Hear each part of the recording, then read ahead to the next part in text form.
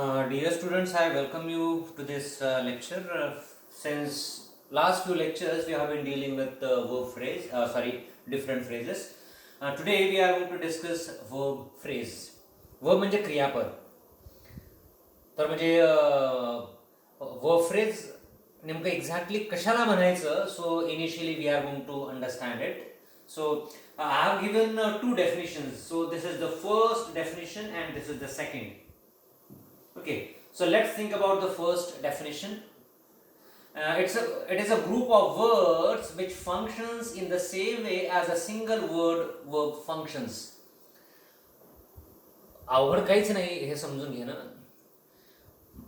अशा प्रकारच्या शब्दांचा समूह असतो तो, जो समूह एक क्रियापद जशा प्रकारे काम करू शकतं, जशा प्रकारे फंक्शन करतं, तशाच प्रकारे तो शब्दांचा समूह क्रियापदाचं काम करत असतं. उदाहरणार्थ, I have been discussing the problem. Have been discussing हे तीन शब्दांचा समूह आहे. तीन शब्दांचा समूह मिळून म्हणजे एक वर्ब फ्रेज झालेली आहे. Okay, the matches are being played हे एक्झाम्पल पहा. आर बीइंग प्लेड हे तीन शब्द मिळून म्हणजे वर्ब फ्रेज तयार झालेली आहे. एक कधी कधी एकाच म्हणजे शब्दापासून क्रियापदापासून वर्ब फ्रेज बनत असते. उदाहरणार्थ, ही इज गुड. इज हा शब्द या ठिकाणी वर्ब फ्रेज आहे उदाहरणार्थ. ओके, तर अशा प्रकारे हा शब्दांचा समूह असतो किंवा कधी कधी एकच शब्द असतो. अशा पद्धतीनं तो शब्दांचा समूह एक क्रियापद ज्या पद्धतीनं काम करतं, फंक्शन करतं, तशाच पद्धतीनं तो अनेक क्रियापदांचा समूह काम करू शकतो. अशा समूहाला काय म्हणतात? Verb phrase. This is the first definition. सोपं आहे. दुसरी, verb phrase is a unit which has one or more verbs. किती सोपी व्याख्या पहा. अशा प्रकारचा एक घटक आहे ज्याच्यामध्ये एक किंवा त्यापेक्षा जास्ती क्रियापद असू शकतात. पहा बरं उदाहरण. I have been playing. पहा,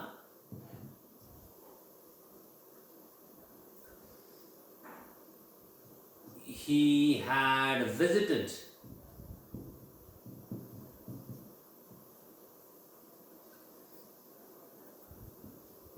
The poem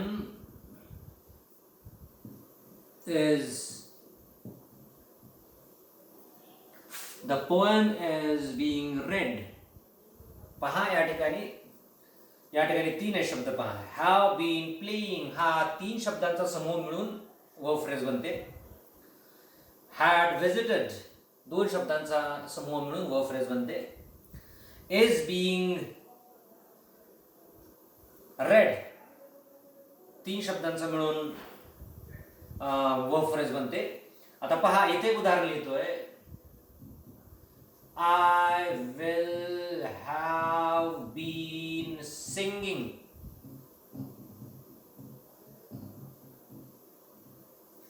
I have been singing. किती शब्द आहेत वर्ब फ्रेज मध्ये? 1 2 3 4 शब्दापासून वर्ब फ्रेज बनलेली आहे. त्यामुळे अशा पद्धतीचा हा घटक असतो वाक्यामध्ये, ज्यामध्ये एक क्रियापद असतं किंवा अनेक क्रियापद येऊ शकतात, जे एकाच क्रियापदानं ज्या पद्धतीनं काम करावं तशाच पद्धतीने सगळे मिळून एकत्र काम करतात.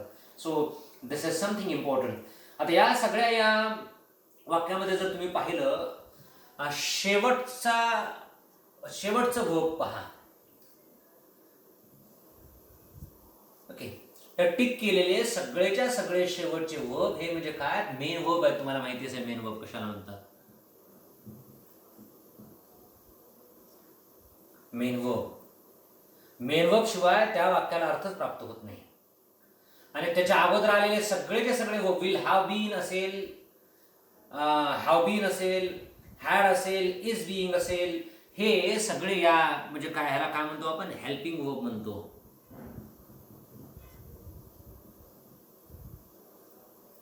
मेन वर्ब कोणतं, हेल्पिंग वर्ब कोणतं समजून कसं घ्यायचं? त्या क्रियापदाच्या समूहामध्ये the verb which comes finally that is the main verb. त्या क्रियापदांच्या समूहामध्ये वाक्य पहा, त्या क्रियापदांच्या समूहामध्ये जे सर्वात शेवटी येणारं वर्ब असतं ते मेन वर्ब असतं. आणि त्याच्या अगोदर जे त्याला मदत करणारे क्रियापद असतात त्यांना हेल्पिंग वर्ब म्हणतात. आणि विशेष म्हणजे हेल्पिंग वर्ब एखाद्या वेळेस नसलं तरी चालतं. आय व्हिजिटेड चालतं, पण नुसतं असं नाही चालत. आय हॅव असं नाही चालत, कारण त्याच्यासोबत म्हणजे काय, आय हॅव इटन म्हणा, आय हॅव व्हिजिटेड म्हणा, आय हॅव रेड म्हणा.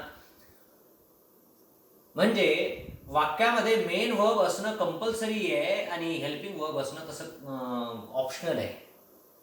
हे काय बंधनकारक नाही. हेल्पिंग वर्ब असणं, मेन वर्ब असणं बंधनकारक आहे. हां, कधी कधी हेल्पिंग वर्बच मेन वर्बचं काम करतो. उदाहरणार्थ ही हॅज कम, किंवा sorry he has a book, he is good, अशा पद्धतीनं. Okay, so this is something that you might have understood. हे तुम्हाला समजलं असेल. थोडंसं नीट म्हणजे व्हिडिओ पॉज करून सुद्धा तुम्ही पाहू शकता. हे खूप सोपं आहे समजायला. Noun phrase is comparatively complicated. हे व्यवस्थितपणे लिहून घ्यायचं उदाहरणासह.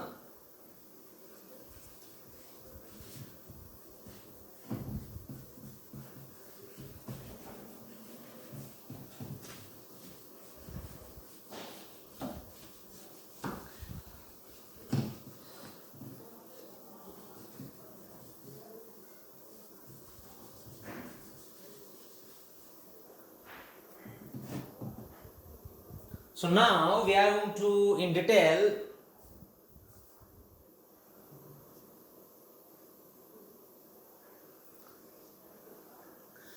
think about verb phrase.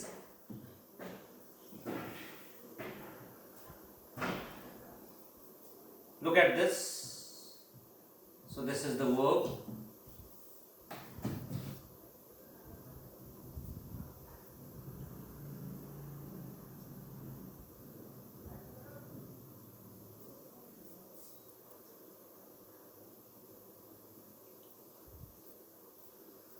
मी तुम्हाला सांगितलंय वर्बचे प्रामुख्याने 2 प्रकार पडतात ना.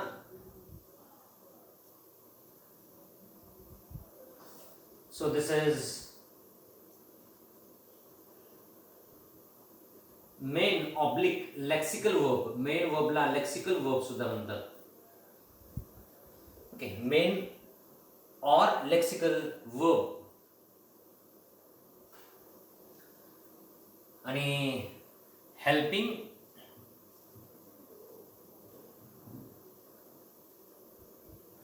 or auxiliary verb.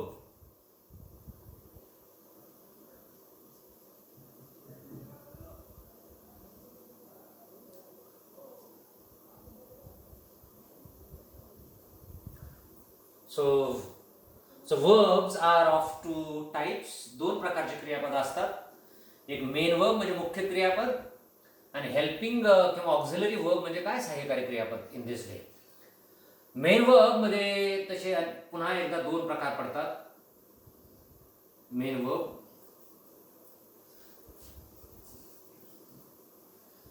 पहिला प्रकार आहे रेग्युलर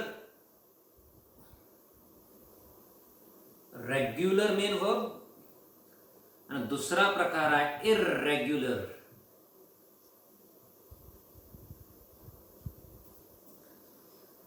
रेग्युलर म्हणजे कसं आहे,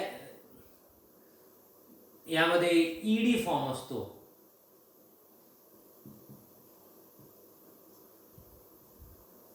उदाहरणार्थ टॉक्ड, पास्ट टेन्स करत असताना ईडी येतं. While making their past tense ED is there. Talked, called, played, booked. सगळेच्या सगळे क्रियापद त्यांचा पास्ट टेन्स करत असताना ईडी फॉर्म ज्या क्रियापदांच्या नंतर लागतो त्याला रेग्युलर क्रियापद किंवा रेग्युलर वर्ब म्हणतो आपण. आणि इररेग्युलर कसे असतात पहा, हे नॉन ईडी फॉर्म म्हणायला, म्हणजे त्याचा पास्ट टेन्स करत असताना ईडी न लागता काहीतरी वेगळंच बनतं. उदाहरणार्थ ओके, स्पोक, स्पीक्ड म्हणतो का नाही म्हणत, स्पोक. कम केम, कम केम. कट कट कट, कटेड नाही म्हणत, कट. येते लक्षात? असे अनेक अनेक क्रियापद आहेत. Shoot, shot, shot. ओके, लक्षात घ्या. म्हणजे ज्या ज्या क्रियापदाचा पास्ट टेन्स करत असताना ईडी न लागता त्यांच्यामध्ये वेगळे बदल होतात, त्यांना इर्रेग्युलर मेन वर्ब म्हणतात. So main verb or lexical verbs are of two types, regular and irregular. Regular lexical verb म्हणजे ईडी ज्याच्यामध्ये लागतं पास्ट टेन्स करत असताना, अशा पद्धतीची उदाहरणं आहेत. आणि इर्रेग्युलर वर्ब म्हटल्यानंतर त्याचा पास्ट टेन्स करत असताना म्हणजे ईडी न लागता त्याच्यामध्ये अनेक प्रकारचे बदल होतात. ओके, अशा पद्धतीनं असे सुद्धा अनेक आहेत irregular verbs. Okay, so this is about main verb or lexical verb. आता याचे सुद्धा दोन प्रकार पडतात. कोणत्याचे? हेल्पिंग वर्बचे. याच्यामध्ये प्रायमरी एक प्रकार आहे आणि दुसरा आहे मॉडल, MODAL स्पेलिंग आहे बरं, नीट लिहा. ओके, आता प्रायमरी ऑक्झिलरी, ऑक्झिलरी म्हणजे सहाय्यकारी क्रियापद. पहा हे प्रायमरी कोणते कोणते? बी ची रूप, be, do, does, did, have, has, had, am, is, are, was, were. हे कोणते? याला प्रायमरी ऑक्झिलरी म्हणतात. बी ची रूप do, does, did, have, has, had, am, is, are एवढे हे काय आहेत? प्रायमरी ऑक्झिलरी आहेत. आणि मॉडेल म्हणजे तुम्हाला माहिती असेल, मॉडेल भरपूर आहेत. कॅन, could, may, might असे बरेचसे आहेत. लिहा. shall, should, would, ought to अशा प्रकारचे हे model auxiliaries. So in this way verbs are of two types, main verb and main verb or lexical verb, helping verb or auxiliary verb. Main वर्बचे दोन प्रकार, रेग्युलर, इरेग्युलर, उदाहरणं खाली दिलेले. Helping वर्बचे दोन प्रकार, प्रायमरी, मॉडल, आणि त्यांची हे उदाहरणं म्हणजे हे एवढे लिमिटेडच आहे त्यामध्ये या ठिकाणी दिलेले आहेत. त्यामध्ये तुम्हाला बाकीचे सुद्धा सांगितलेले आहेत. So this is something important. Okay, तर परीक्षेमध्ये नेमकं काय करण्यात येतं? सो हे आपण शेवटच्या लेक्चरमध्ये डिस्कस करणार आहोत. So till then thank you. पुढच्या लेक्चरमध्ये पुढची फ्रेज.